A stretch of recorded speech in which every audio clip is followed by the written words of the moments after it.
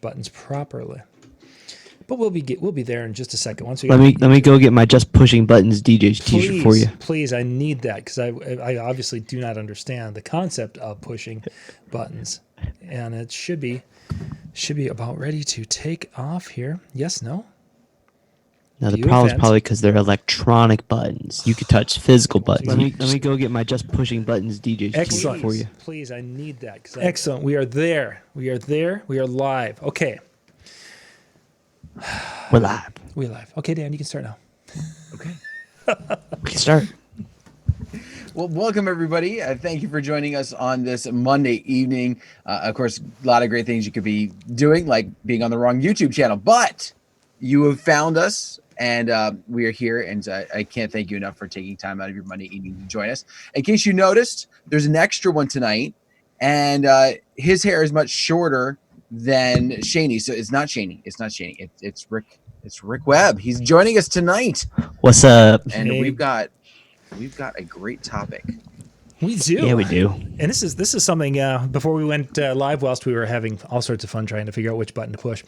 You know, the one that says start video now, didn't find them. Anyway, we're talking, Rick, bridal shows. We want to talk about follow-up, but you were just saying that you guys you're right in the middle of your bridal show season down there. Yeah, right in the middle of bridal show season, lead season, and just fun in general. Excellent. Is what I call this season.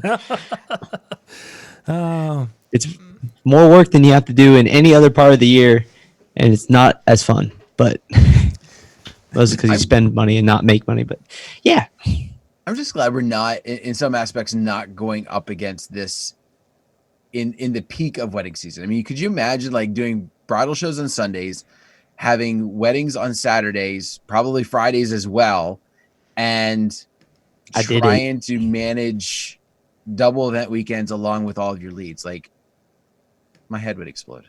I did close to it in August. We have our second most popular like wedding shows are in August, and I did 2 of them this year. And yeah, it was very rough. Do a wedding until 2:00 in the morning, and then wake back up and do a wedding show starting at 10 a.m. Remember those days? Don't do them anymore. It paid off. Oh, so yeah, exactly. It's something that if a person can do it and pull it off, and you've got the team to put them all together, it can be a very good thing. And if you have a show and a show promoter that is actually producing a really good show. Yeah, but that was key. And I think that's one of the areas that, some people are talking about, oh, the shows in our area are dead. I mean, in our area, a couple of them survive, but that's because we've got some younger producers who are very go-getters. They're out there hustling and working it and making it happen. And we had a couple of shows that died because they were older people, not that age matters, but they had been doing it a long time. And basically they felt that people should come to them. They were owed the business. And that's not the world we live in anymore. Yeah, and it definitely is the show promoters. The one that does the shows that I did, I had a serious talk with him on why he is not doing heavier Instagram marketing. And I actually saw tons of Instagram marketing this year, so I'm very happy for that. Rick, can you pull your mic down? They're saying yours is just a little bit hot, and it sounds like it's clipping on the video. I will just tune it down a little bit just on my mixer. Take a little bit off. Thank you, sir. Is that better? Yeah, I can bring you back up if we need to. So cool. It didn't sound like it to me, but that's not the first time that we've had it where the end out there on the internet they can hear it differently than I, which is odd. But Thank you, sir. Okay, so let's kind of talk a little bit about what I was kind of thinking about is the different ways in which we're going to talk follow-up and such from the bridal shows. And I was thinking about the different ways in which a person could do follow-up in this day and age. And Dan, you've been involved with bridal shows. I've done them over the years. We used to do our methods back in the day. I wanted to kind of get Rick more of your opinion tonight, because obviously you're closer to the age of a lot of the couples that are out there that are doing these things. Yours, in the midst of doing the bridal shows and such. What, how are you viewing today's couples as wanting to be contacted and wanting to have these touches? They don't want automation. They don't want spam. They want a personal connection. So texting tends to be the best thing. And being human. Don't like email templates, they see right through it. So even though I use email templates, I've designed my email templates to seem very authentic. If that makes sense. So short and sweet tends to work better than long and drawn out. Now, it used to be said, not even that long ago, I want to say maybe 3 years ago, I was sitting in a seminar, and it was basically said, don't text. Like, that's a big no-no if you haven't gotten that permission. Are you talking, so when it doesn't matter whether it's the lead sheet from the show or whether it's at your booth, Well, you're texting? that's a good point. That's a good point. I wouldn't use the lead sheet from the show. I would use the lead sheet that I actually got from the people I talked to. Okay. For texting. I have another strategy for the lead sheet that I do. So As far if as we wanted to jump into that, I can the do lead that. list from the show. So the lead list from the show, it's the most hilarious thing. I want to pull it up so I can actually tell you exactly what it says. But basically, it's basically like a DJ that won't spam you is what the header line is. Man, I can't find it right now. I'm really mad. I can't find it. Where is it? So let's just kind of drift back to Yeah. You basically are there collecting information to be able to follow up with the people who come to your booth then. Mm-hmm. Absolutely. How are you getting them to share that information with you so that it is in a way in which they would be maybe expecting or accepting that text message from you or that communication? Yeah, so the way that I'm doing it is electronically. It's the easiest thing to be able to collect the info. I know a couple other guys are actually going a little more advanced and use a QR code, which most people don't know how to use, but if you explain it, it works. But the way I do it, I have my laptop pulled up or it's on the iPad, so we have it on multiple laptops sitting there. If we're talking to someone that walks up can fill it out as well. But basically, it's a back-end form for my CRM, and it's on a hidden web page on our website because it's a less dialed down version of the form that's already on our website because we don't need as much info as what we would need on the website for just a raw random lead contact. I already know where the lead's coming from and that sort of stuff. So it's pretty simple. It's just literally it's a simple form. And I always like to have a picture. So this is a hidden web page on our website. So at the top, there's a picture and it's got like all of our service awards right there, like Wedding Wire 2019, 2020, The Knot. Just a little eye catcher if they haven't already seen the awards laying there. And it's just asking for name, email, phone number, wedding date. Oh, and there's a list of things that we do that like they can check box. That's just for me for a reference. And also, if I don't actually get to talk to them, they can look through and see, oh, you have photo booths, uplighting, all this other stuff. So, but very short and sweet. And they fill that out, and then I have their contact info goes into my CRM, and then I place sort of like a back end follow-up sequence that pretty much is a bunch of automated emails and tasks that come up for me to text them and stuff like that. So when they're filling out that information, how long does it take for them to fill that out when you're in the booth there? Well, it ran into a hiccup this year, but normally it takes less than a minute. Mm-hmm. But I ran into a hiccup this year where my backend CRM applied a security preference. You know where it pops up and like pick the pictures with the traffic lights and stuff? Oh yeah, I love it that. did it just about 1 every 4 when they went to click submit, and I literally just started. I was like, I'll do it for you. Just move on. You're good. Oh. The first one did. I'm like, what? And I couldn't. And there's no setting to turn it off. So, anyways, yeah, that would be old really quickly, because yeah, they can be very, very frustrating. So you're having them come in, you're wanting to communicate via text, but do you have times where people come in and say, hey, I would rather have you do this or do this for communications methods? No, not really. I don't know. It's more one of those things. I'm gonna text you. If you don't text me, then we're probably not an ideal client for you. Okay. And that was actually one of the things I've talked about with a lot of people who are using Messenger, and messaging for a period of time about a year and a half ago was really, really popular. And it still isn't too bad this past summer, that there are people who would like, yeah, I don't use computers. I don't email. I don't message. And it's like, then I'm probably not, this isn't going to work. Yeah. I mean, I've had those clients, and that's something I kind of note with the clients. I have like a note section. If they're more respondent to emails versus text, or they're quicker to respond on text, I kind of preference that with the client. It's something I kind of put in the notes, like she likes to be text, she likes to be called, that's their form of communication, their primary. So that's something I kind of try and note, just to make it easier to contact them and get info and follow up. Cool. just following the chat here. They're propagating finally. It took a little time for all the chats, all the different chats to catch up with us here tonight. So all good.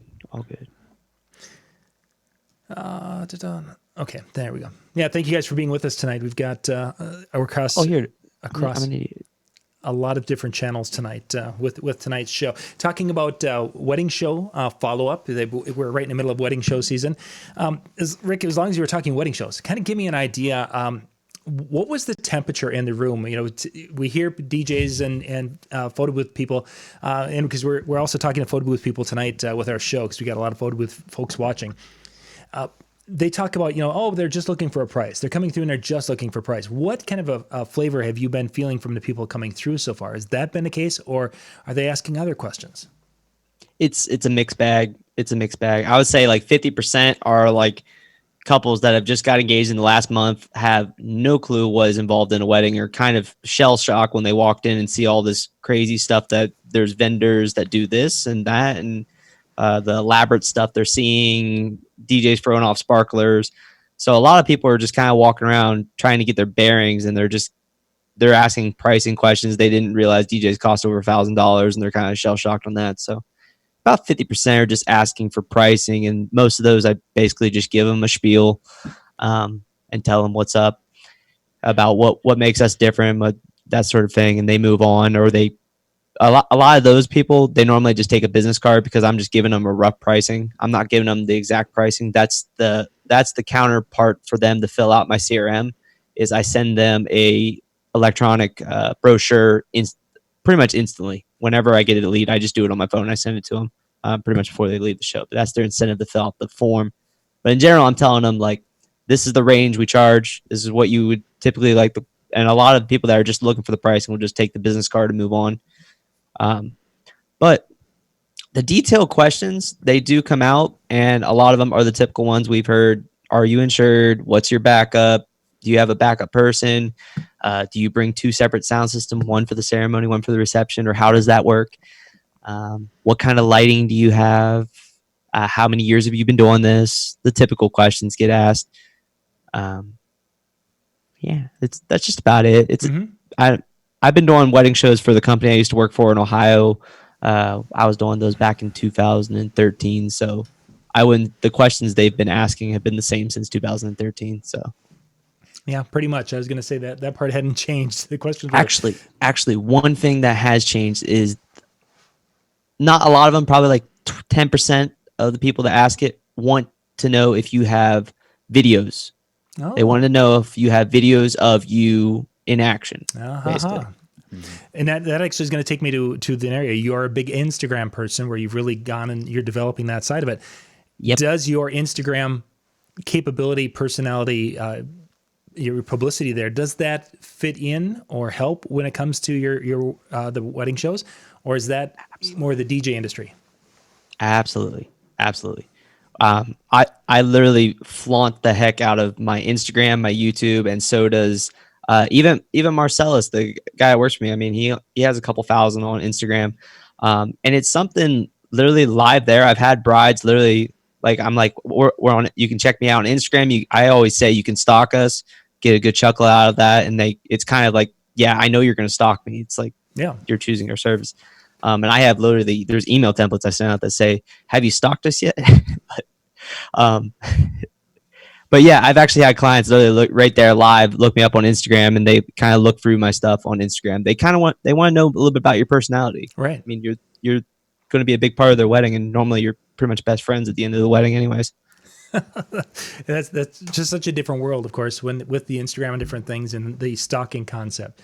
It's a huge thing. A lot of the brides I have follow me on Instagram even after the wedding, and they still like message stuff. And even the future brides I've already got booked that are coming up, they'll see like a cool thing I did at a wedding, like, how'd you do that, or what does that cost? Mm-hmm. I don't know, it's cool. It's always fun to interact. And have that sense. I wanted to hit on because when Dan and I were starting out in doing our wedding shows, Dan, I don't know if it was in your market or not, where it was a goal with brides to actually go and book all their services at the bridal show. Mm-hmm. And you might have experienced that. Rick, is that something that you see at all anymore? Are people coming with checkbook in hand, or is it just harvesting of information? I think there's some that have it, but it's not for DJs. I've not really talked to other vendors, but I've never booked a bride or client at a wedding show. I've never seen a checkbook pop out and people are filling it out. It's no. Those days are over. It's normally the wedding show is the equivalent to getting a ping message for a new lead on Wedding Wire. It's that initial conversation, that initial phone call. That's what it is. The goal is to make it lead to a consultation where you would eventually sit down and have a more detailed conversation and book them. And I think one of the things that we've noticed there's been a big trend is exactly like you said. It back in the day, we didn't have those conversations per se. We didn't want that. I want to say we didn't want, but we didn't push for the face-to-face meeting to really get an idea of what they were looking for. It was, oh, you want this? You want this? Okay, we can do it. And it was all about the big special that you might have of, hey, you book with me and I'm going to throw in whatever. And so now that we want those meetings, I almost don't want to say I get offended, but get a little nervous if somebody comes up and says, hey, I want to book you today. And it's like, whoa, do you know what I do? Exactly. Like, or even sometimes when I get that in an email, like, within the first, I'm like, okay, where did you hear about me? Oh, you were so-and-so's wedding. Okay, now I understand. But if it's like just cold out of the blue, it takes me back and I get shocked by it. Yeah. Just an interesting situation where we're in a digital world where they say, oh, it's so impersonal and you're not able to connect as well. And we're this disconnected society. And yet, as Rick is talking about, they want to get to know you. They want to be able to engage and stalk you at such a level. And we didn't have that 30 years ago, 25 years ago, 20 years ago, when we were working with brides in many cases. I almost wonder if because you have the ability to stalk and do those things, it has opened up the more of that desire to research, to look into, to get a better understanding. Because before, when you would meet with them or call around, you kind of only got to see their quote unquote best side or their sales side. You didn't get to see into their marketing. You didn't get to see into the pictures and the videos of their events that in essence cause in some ways more work for them. They get a better show, but they have to do that research, where before it was just like, I'm calling and I'm going to have to take you at your word. Unless I got a reference from somebody, I'm going to have to take you at your word. And now they can research and look all that stuff up. So now they want to. That's actually really interesting, because I just got contacted last week by a bride that's going to be at the next wedding show. She inquired on our on our form on our website, and she put lead the wedding show. So I'm just assuming she was just at the wedding show. Right. Obviously that's what I'm thinking off the top of my head. And that's how I worded my initial email. And she's like, no, actually I wasn't at the wedding show. I'm going to be at the one next week that you guys are going to be at. And I'm just doing my initial research and wanted to learn a little bit about you before I get to meet you in person. So I was like,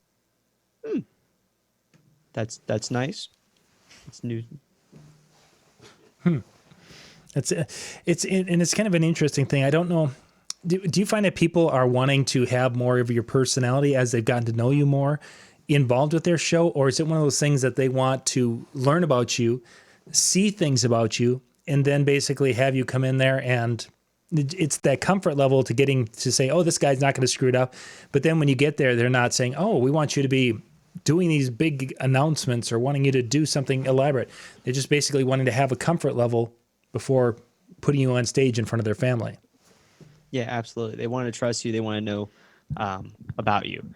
Also, John, can you turn my mic down a little bit? Because I don't know if it's coming out of your end, but my mic is like down negative 20 right now. So I'll be darned. I typically run at 0 when I'm recording. So Dan, can you bump yours up a little bit? Sure. I can bring down, but then I'm going to lose Dan too. Oh, okay. So not a big. We just have to adjust. That's what they're. I was just reading and a couple people. I thought it did. Yeah, I thought we had gotten past that, but maybe not. Maybe it's still. I hadn't been seeing much of that. It's just Rick. Yeah, he's just so passionate. He's so. It's my cheap mic. That's why. I have noticed when you've kind of set back a little bit and you're talking up more, it sounds, it has more of a natural sound than when you've been Yeah. into it. So A little bit. okay. There was somebody had a question here. Love questions. Yeah, Keep them coming. a lot of people are talking about the brides and the cheaper brides in a different area.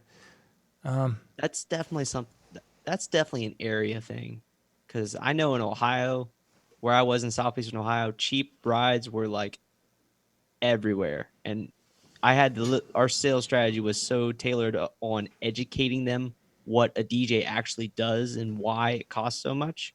Well, in their mind, costs so much. Sure. And then I moved down here, and it's like they're already educated. Maybe Joe Bunn did a great job of educating everyone in this area, but you throw out the numbers that I was throwing out in Ohio, and they're like, "You're cheap." I'm like, "This is so weird." Yeah. It's I throw out $1,000 down here, and they're like, "That's pretty cheap." I throw out $1,000 in Ohio, they're like, "You're the most expensive thing in the world." So I think some of that can be the area, but I also think some of it comes down to the shows. Like particular shows are going to have a little bit different clientele, and one of the things I've always liked is the shows that actually charge them to get in, or they have to pre-register. They have to do something ahead of time. Typically has the better couples, because they're putting forth the effort. They're not just going, I got nothing better to do, let's go check this out. They're putting that time and effort in, and so because of that, they care a little bit more about their show and about their wedding that's coming up. I had a question about the email list. Or I should say, the emails that you have created that are looking more personal.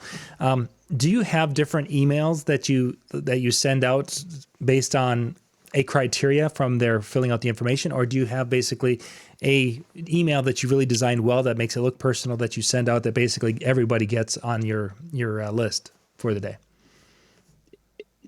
It's a generic one. It's not custom at all. Okay.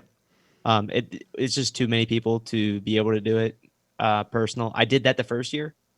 I went through the hassle of making a very personal text to every single one of them, and just the amount of people that respond versus the benefit, it just didn't make sense. And most of them didn't reply until like the second or third follow-up anyways. So, and timing is key. That is the thing I've noticed. It really matters on when you send the emails. Pestering them the day after the wedding show typically doesn't work for me. Okay.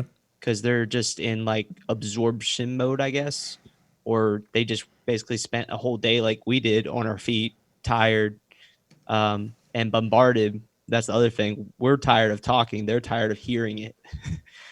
So I don't have any proof on that, but that's just kind of a theory I have going on. I have a few close friends that are getting married this year and that are going to wedding shows. So I'm going to get some inside scoop research, hopefully. On the other side of the equation and such, for surely. Have you found like you said the day after, obviously, but is there a certain time period that you typically wait that you found is kind of like the sweet spot? Maybe not exact, but it's normally Monday or Tuesday following the show. Now, if the show's on a Sunday, I'll wait until Tuesday or Wednesday, but okay. Like a Saturday show, I wait until Monday to send them a text, and typically Monday right around 3-4 o'clock p.m. has been working very well for me, because that's when most people get off work. So that's typically, and I don't know, that's just my theory that Sunday they're just trying to relax after the big day. Monday, okay, we're back into the week routine, back to life, and later on that evening they have free time basically. So typically Monday's been a good time to text. I get the most response then. And just in general, right around 3-4 o'clock is when I try and send out all my texts. And I think that's a really wise time to do it, because you get that Monday morning or Tuesday morning. Okay, I've got business emails coming in. I've got this coming in. I've got my things I have to do for the day. You get to that latter part of the day, and they're kind of starting to tone down. And I think a text message at that time of the day is going to be much better received. I'm just thinking about how our Mondays go after a busy weekend, and it's like, bing, bing, bing. There's lots of things going on, and it's like, one more notification. You can also kind of just judge it on when you receive leads too.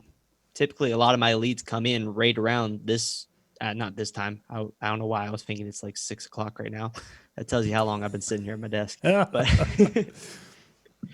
but typically around like 5, 6 p.m. I get that tends to be a good time that I get leads. Like I got 2 sitting here at 5, 6 p.m. today. So Nice. And then another good time is around like 10 a.m. I don't know if people are at work and they have a free time around 10 o'clock, or the people that don't work wake up around that time, or what. But An interesting thing you mentioned that is Facebook. One of the things they now have, and Rick, you do more on Instagram than Facebook, but they have a suggested time to post when your followers are the most active.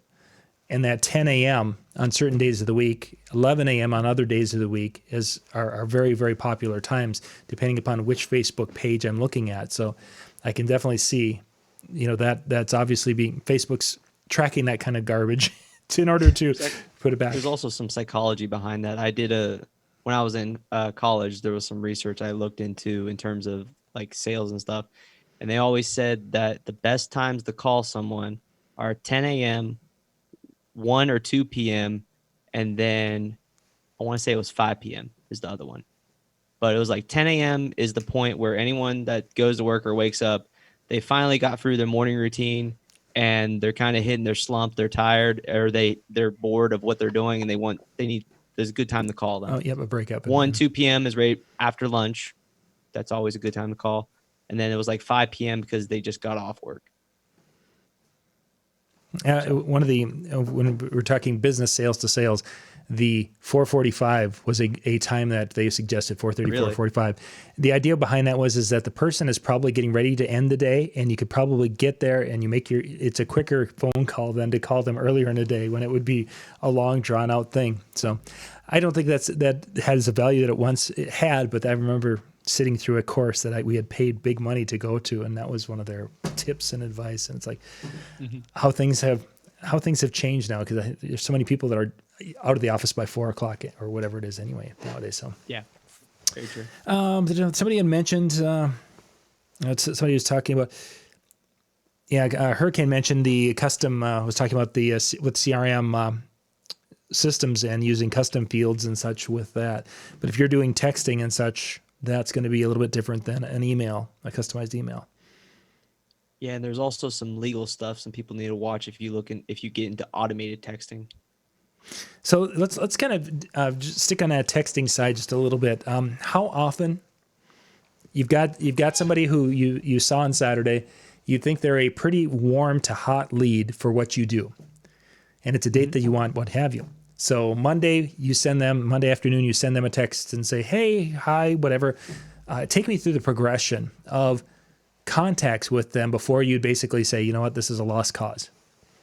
Let me pull up my sequence, because honestly, I created it and I don't even know what it is. It just reminds me and I go with it. Okay. So now the sequence, is this something that is automated through your system and basically you just have to click send?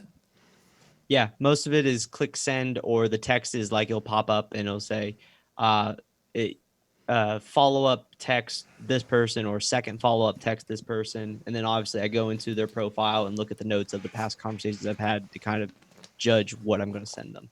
Okay. So I'm pulling up one of our many leads right now. Well, this is 2022 lead. Holy cats. Wow. 2022, Dan's going to be ready. I think she was trying to say that she just got engaged and has no clue when her date is. There is that. Let's put it way out. Especially if there's no specific date. Although I will say, I've seen some interesting numbers games going with 2021 right now too.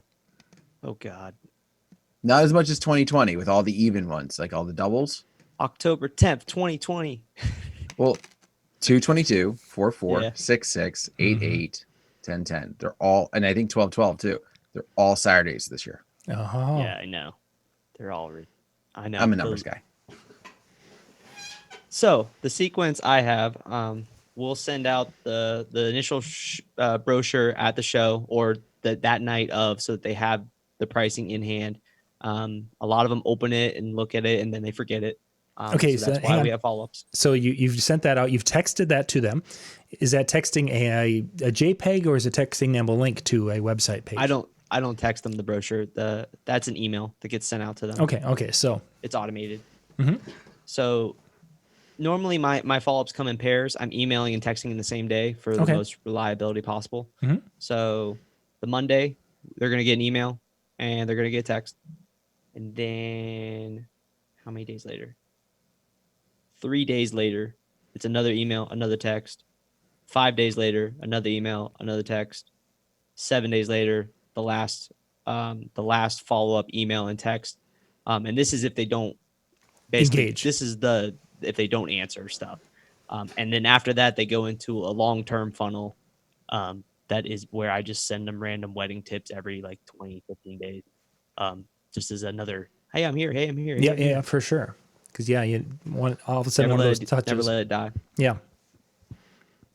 So that's my sequence. And obviously, if they respond to any of this, they go into another sequence that's more personalized. So this is kind of just the generic get you to talk to me again. And then if you reply to me, then it goes, I really don't have a funnel set up for those ones. Once they actually have a serious conversation with me, normally that's me going in and I can add a task to follow up at this point.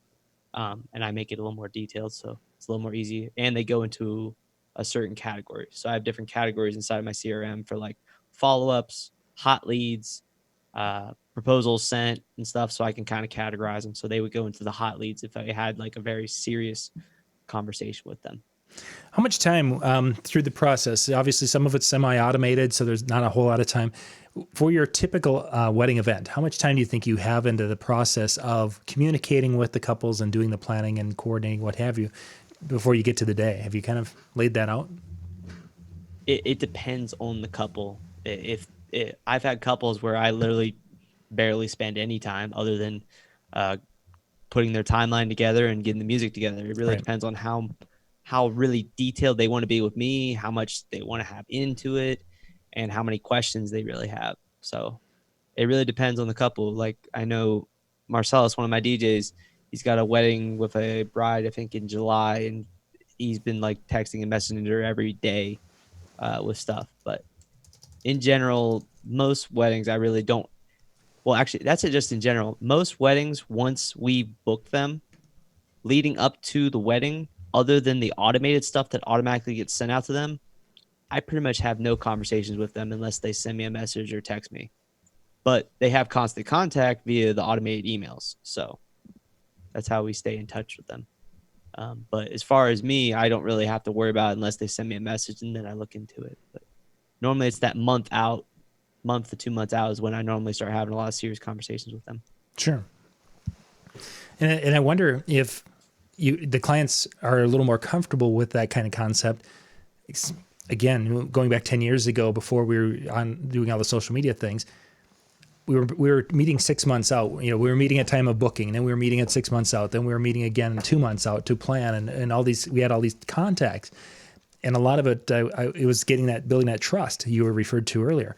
I wonder if your social media presence and having those videos and having so much content out there on a regular basis, showing that you're legit, showing that you know what you're doing and you know what you're talking about, if it's building that trust, where your couples are like, this is our guy, we know he can do it, here's all these different things, we just need to talk to him a couple of times and we're good to go. Absolutely. I think social media, especially like Instagram stories and just posting in general, Instagram stories probably more than anything.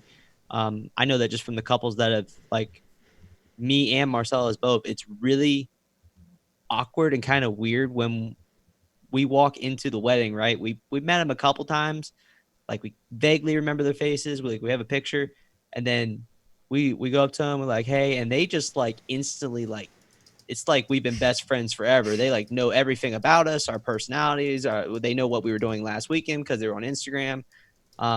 It's really neat. Especially, it's kind of like, I don't really know what you've been doing, but it's the same thing as like meeting a follower in real life, and they just kind of go on like we already know each other, and I'm like, who are you? Oh, funny. But yeah, it definitely has a very big impact on having a good social media and posting regularly on like your stories and stuff, and if they follow you. I'm just gonna refresh this. For those of you out there, if you are have questions and such, toss those into the chat room as we're going here, because we're going to be wrapping up in just a little bit. But we want to make sure that if you have questions, and somebody, Greg had asked if we were watching it, and Dan and I are watching, and if there's any questions we thought applicable to the show, we were going to bring it in. So while people are asking questions, I wanted to circle back to the mass email list email that I send out. Now, is that based on your collecting or the shows? The shows. Okay. So when I get the show list, because the show list will have hundreds of brides on it, first thing, I'm removing any bride that I've already sent or that I got from my lead list. And you'll understand that when I read the email to you, because it's a one-time only email. So first off, it's like, hi, my name's Rick, blah, blah, blah. First, I hope you haven't been overwhelmed with a ton of emails, texts, and calls from other vendors. I hate knowing other companies spam show attendees. So first off, this is the only email you will get from me unless you would like to learn more. Okay, deal? Question mark.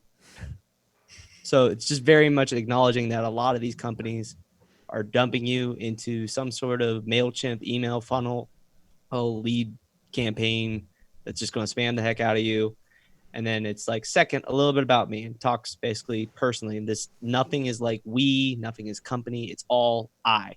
It's all about me. Even though I have multiple DJs, I want to talk about me. So it's like, I'm 23 years old. I've been in the industry since I was 15. I've been a head wedding venue manager, blah, blah, blah, blah, blah. It talks a little bit about me. And then what?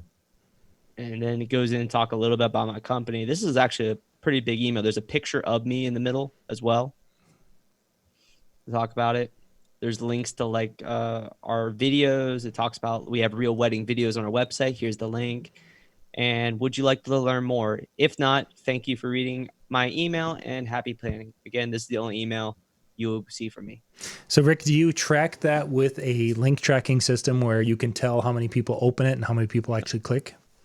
No, I just go, I've had such bad success with these email list that they give me that like no one responds, that I went to this at my last show and it worked semi well, and then I kind of revamped it and retweaked it a little bit, added that picture this time, and basically I just go in Gmail, go to blind carbon copy, paste in all the emails, and off you go, send it out. And no lie, well, first off, a lot of emails come back as invalid. Yep, people do that, but I don't know how many people this got sent to, but I had 26 replies within 6 hours of sending that out. And those are all people that I never collected their info from. Wow. I think I want to say the list, because they give me like the details on the brides, that these are the brides that are looking for DJs. It's not every bride possible. Okay. So I don't really know how many were on this, because I'll try to click down. Of course, it doesn't give me a number. I just have to keep scrolling. There's hundreds on there. There's probably like 200, 300 on there. Nice. Shane, they had a question here. Shane, well, if you would like more information on that, why don't you reach out to Rick off camera on that one, please? And that was on Facebook, so you guys can't see that one. Just don't want you to know, Shane, that's a conversation that we would do off camera. And Rick's all over. You can reach out to him on a lot of different spots. Instagram, yeah, he's not a Facebooker, so you got to go there. You message me on Facebook, it might be next week before I reply. Let's see. Philip had a question. At what point did you realize that you could take your business from a single op to a multi-op? When I was booked multiple weekends and had multiple leads from serious people that really wanted to book me, but I was already booked.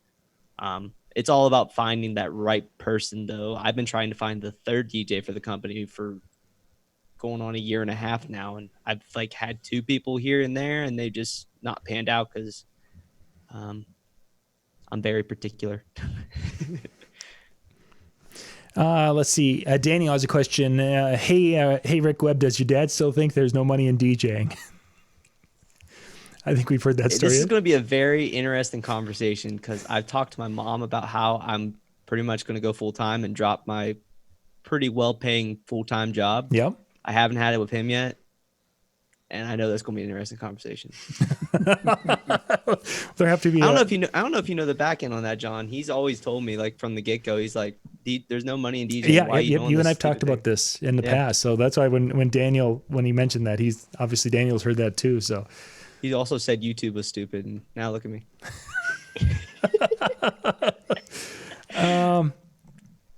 let's see. Negative motivation. Ethan was asking if you're using HoneyBook Yeah.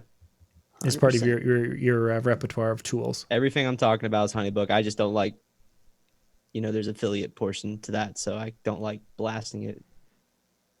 You're using, but like you're being fair. using a variety of different tools, though. I mean, does HoneyBook handle the texting side of it? No. So you've got texting. I use a Google Voice number. You probably could use a personal number. I use my Google Voice number because of the YouTube side of how many people follow me, and I'd rather not have my personal number out there. No, that makes a lot of sense. That makes a lot of sense there. I think we caught up with the questions and such. Well, that is good. I think we're actually getting up to the end of our time together. So, Rick, you're going to be coming back tomorrow evening. Yeah, thanks for reminding me. Yeah. Tomorrow evening, Rick's going to be bouncing back, and we're going to be talking about, he'll be speaking at Photo Booth Expo DJNTV conference coming up here in February. And tomorrow night, he and Bill Herman are going to be talking a little bit about his presentation and getting some more information on that. So if you guys are going to be joining us, it should be at 8 o'clock Eastern. Yeah. Is I think the time. That's what my calendar reminder told me. Excellent. So you guys can join us again for that, and then at 10 o'clock tomorrow night, we're going to be talking about some of the sneak information that's coming out for NAMM, and we've got a few things that I believe we're going to have authorized where we can actually talk about them tomorrow night for the first time. Yeah. If you guys have been following the channels, there's been a lot of information dropped.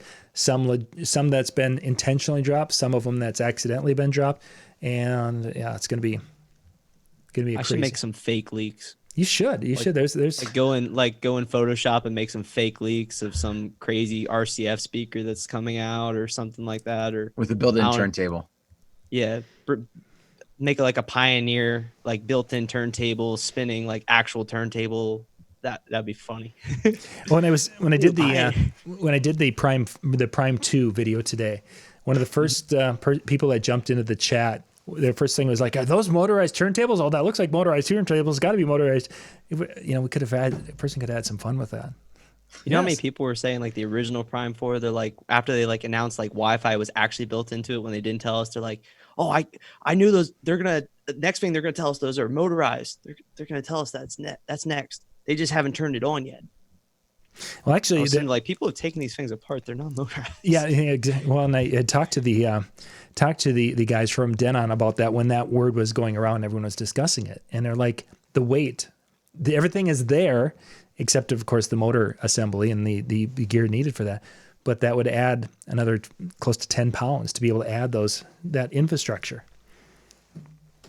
And I don't know about you, Rick, but I'm not as strong as I used to be. So. Listen, it's not the controller, it's the case. We know that. Yeah, there is that. You guys must have not seen what I just recently changed to then. No, I haven't. I guess I haven't seen. I haven't posted on YouTube. It's just kind of been on my Instagram. I built a whole entire DJ table with 2 Rain 12s and S9. It goes in a giant 4.5 foot long by 3 foot high by 2 foot wide road case. Yeah. Oh, good. Takes 2 people to put that up and get it ready to go. Absolutely. That's why he's got 2 with his company, and we're looking for a third to carry the middle portion. Yeah. Oh no, we got road hands. Oh, okay. I send out road hands. We only got 2 main DJs. I need another main DJ. Crazy. Well, Dan, take us home. Well, on that note, thank you very much for tuning in on behalf of Rick, John, and myself. It was a pleasure being here tonight. You've heard about what's coming up this week, so make sure you're tuning in and staying up on that. And, of course, all of the updates that are going to be coming about NAMM, make sure you're staying in tune on the channels and subscribe and like and do all those good things so that you are up to date with all the cool things that are coming up this year. It's been a pleasure. We will see you next Monday. Have a good night. Good night, everybody. Good night. Like the video. Like it.